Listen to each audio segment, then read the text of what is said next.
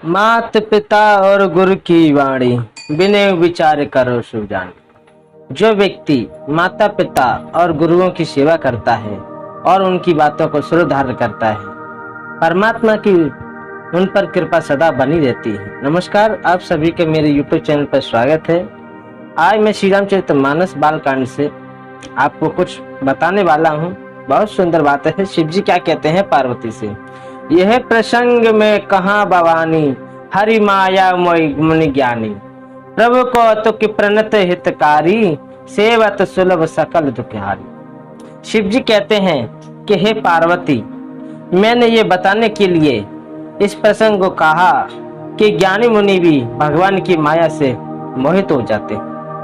प्रभु कौतुक की लीला में है और शरणागत का हित करने वाले हैं। वो सेवा करने में बहुत सुलभ और सब दुखों को हरने वाले। देवता, मनुष्य और मनुष्यों में ऐसा कोई नहीं है जिसे भगवान की माया बलवती माया मोहित न कर दे। मन में ऐसा विचार कर उस माया के स्वामी प्रेरक श्री भगवान का भजन करना ही चाहिए। हे गिरिराज कुमारी, भगवान के अवतार का वह दूसरा कारण सुनो। मैं उसकी विचित्र कथा विस्तार से कहता हूँ, जिस कारण से जन्म रहित, निर्गुण और रूप रहित अव्यक्त सच्चिदानंद घन ब्रह्म अयोध्यापुरी के राजा हुए। जिन प्रभु श्री राम जी को तुमने भाई लक्ष्मण के साथ मुनियों का सा वेश धारण किए हुए वन में फिरते देखा है, हे भवानी, जिनके चरित्र देख के सीता के शरीर में तुम ऐसी बावली हो गई कि अब वे तुम्हारे उस बावलेपन की छाया नहीं मिटती। उन्हीं के भ्रम रूपी रोग के हरण करने वाले चरित्र सुनो। उस अवतार में भगवान जो जो लीला की है, वे सब मैं अपनी बुद्धि के अनुसार तुम्हें कहता हूँ। भरद्वाज सुनि शंकर वाणी, सकुचित सुप्रेमी मोप मुस्कानी, लगे बहुरी भरने ब्रश केतु, सो अवतार भयो जइए। तो याज्ञवल्क्य जी ने कहा भरद्वाज से कि शंकर जी के वचन सुनकर पार्वती सकुचाकर प्रेम सहित मुस्कुराई और फिर वृष केतु शिव जी जिस कारण से भगवान का वह अवतार हुआ था उसका वर्णन करने लगे। हे मुनीश्वर भरद्वाज, मैं सब तुमसे कहता हूँ, मन लगाकर सुनिए। श्री रामचंद्र जी की कथा कलयुग के पापों को हरने वाली, कल्याण करने वाली बड़ी सुंदर है। स्वयंभु मनु और उनकी पत्नी शतरूपा, जिनसे मनुष्य की ये अनुपम सृष्टि हुई है, इन दोनों पति पत्नी के धर्म और आचरण बहुत अच्छे थे। आज भी वेद जिनकी मर्यादा का गान करते हैं। राजा उत्तानपाद उनके पुत्र थे, जिनके पुत्र प्रसिद्ध हरिभक्त द्रौपदी हुए। उन मनु के छोटे लड़के का नाम प्रियव्रत था, जिसकी प्रशंसा वेद और प्राण करते हैं। उन देववती उनकी कन्या थी, जो कर्दम मुनि की प्यारी पत्नी हुई, जिन्होंने आदि देव दीनों पर दया करने वाले समर्थ एवं कृपालु भगवान कपिल को गर्भ में धारण किया।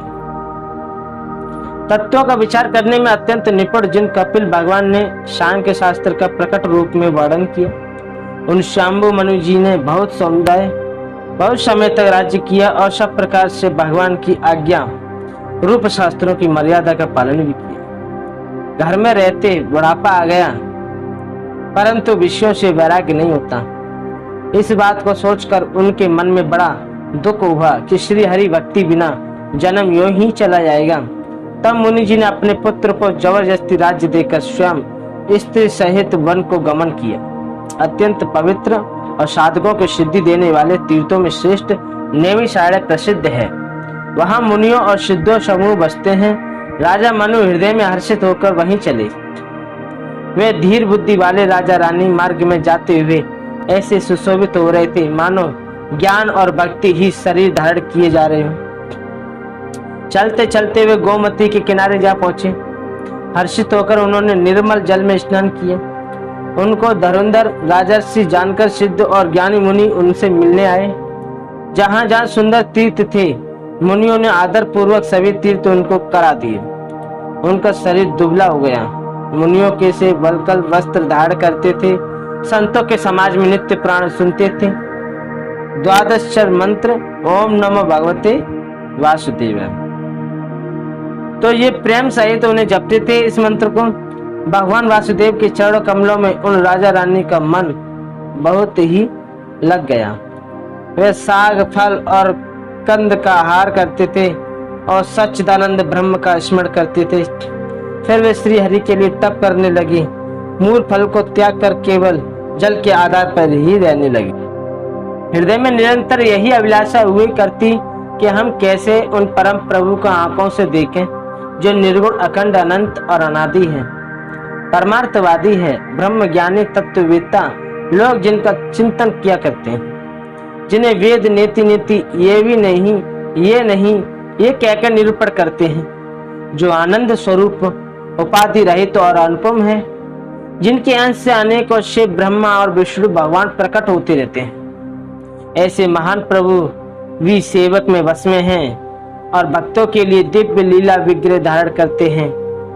यदि वेदों में ये वचन सत्य कहा है तो हमारी अभिलाषा अवश्य पूरी होगी। इस प्रकार जल का आहार करते तप करते 6000 वर्ष बीत गए। फिर 7000 वर्ष और वायु के आधार पर रहे, सांस के द्वारा। 10,000 वर्ष उन्होंने वायु का आदान भी छोड़ दिया। दोनों एक पैर से खड़े रहे। उनका अपार तप देखकर ब्रह्मा विष्णु शिव जी कई बार मुनि जी के पास आए। उन्होंने इन्हें अनेक प्रकार से ललचाया और कहा कि कुछ वर मांगो, पर ये परम धैर्यवान राजा रानी अपने तम से किसी भी डगमगाते नहीं।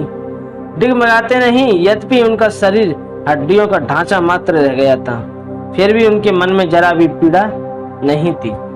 सर्वज्ञ प्रभु ने अनन्य गति आश्रय वाले तपस्वी राजा रानी को निज दास जाना। तब परम गंभीर और कृपा रूपी अमृत से सनी हुई आकाशवाणी हुई कि वर मांगो। मुर्दे को भी जला देने वाली ये सुंदर वाणी कानों को छेद होकर जब हृदय में आई, तब राजा रानी के शरीर ऐसे सुंदर और अष्टपुष्ट हो गए मानो अभी घर से आए। कानों में अमृत के समान लगने वाले वचन सुनते ही उनका शरीर पुलकित प्रफुल्लित हो गया। तब मुनि जी दंडवत करके बोले, प्रेम हृदय में समाता न था। हे प्रभु सुनिए, आप सेवकों के लिए कल्प वृक्ष और कामधेनु हैं। आपकी चरण रज ब्रह्मा विष्णु और शिव जी भी वंदना करते हैं। आप सेवा करने में सुलभ हैं, सब सुखों के देने वाले हैं, शरणागत के रक्षक जड़ चेतन स्वामी हैं।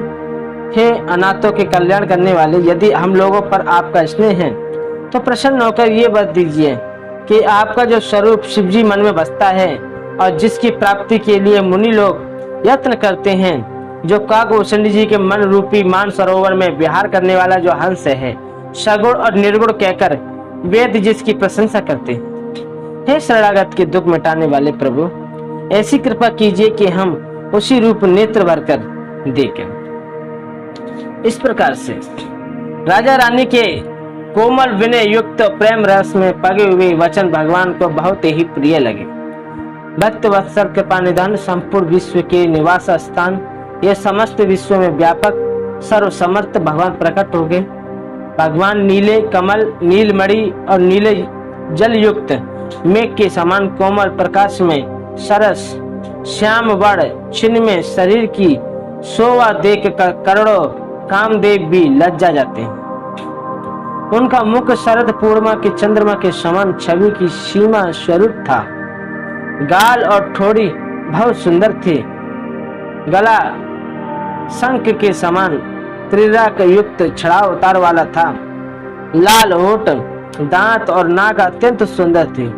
असी चंद्रमा की किरणों की लीला के दिखाने वाली थी। कानों में मकराकृत मछली के आकार के कुंडल और सिर पर मुकुट सुशोभित था। टेढ़े घुंघरालू काले बाल ऐसे संगन थे मानो भौरों के झुंड हो। हृदय रूप श्रीवत्स सुंदर वनमाला, रत्न जटित हार और मणिकों के आभूषण सुशोभित हैं। सिंह सी गर्दन थी, सुंदर जनेऊ था। भुजाओं में जो गहने थे वे भी सुंदर थे।